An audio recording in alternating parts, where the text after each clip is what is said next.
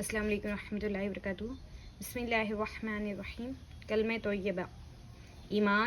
ایمانی لغت میں کسی کی بات کو کسی کے اعتماد پر یقینی طور سے مان لینے کا نام ہے، اور دین کی خاص اصطلاح میں خبر رسول کو بغیر مشاہدے کے محض رسول صلی اللہ علیہ وسلم کے اعتماد پر یقینی طور سے مان لینے کا نام ایمان ہے۔ بسم اللہ الرحمن الرحیم۔ اللہ تعالیٰ نے رسول صلی اللہ علیہ وسلم سے ارشاد فرمایا، اور ہم نے آپ سے پہلے کوئی ایسا پیغمبر نہیں بھیجا جس کے پاس ہم نے یہ وحی نہ بھیجی ہو کہ میرے سوا کوئی معبود نہیں، اس لیے میری ہی عبادت کرو۔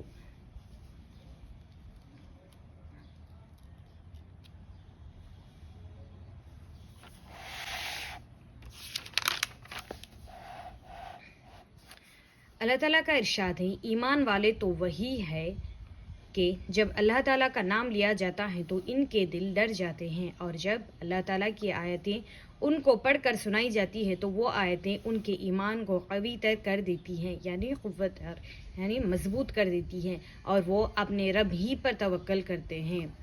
اللہ تعالیٰ کا ارشاد ہے، جو لوگ اللہ تعالیٰ پر ایمان لائے اور اچھی طرح اللہ سے تعلق پیدا کر لیا تو اللہ تعالیٰ عنقریب ایسے لوگوں کو اپنی رحمت اور فضل میں داخل کریں گے، اور انہیں اپنے تک پہنچنے کا سیدھا راستہ دکھائیں گے، جہاں انہیں رہنمائی کی ضرورت پیش آئے گی، ان کی دستگیری فرمائیں گے۔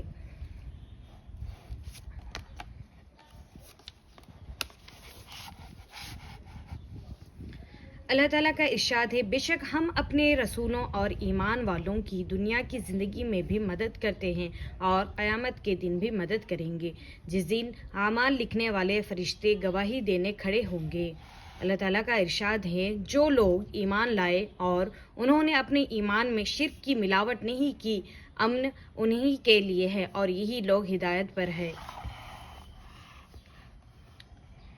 اللہ تعالیٰ کا ارشاد ہے، اور ایمان والوں کو تو اللہ تعالیٰ ہی سے زیادہ محبت ہوتی ہے۔ اللہ تعالیٰ نے رسول صلی اللہ علیہ وسلم سے ارشاد فرمایا، آپ فرما دیجئے کہ بے شک میری نماز اور میری ہر عبادت، میرا جینا اور مرنا سب کچھ اللہ تعالیٰ ہی کے لیے ہیں، جو سارے جہاں کے پالنے والے ہیں۔ جزاک اللہ۔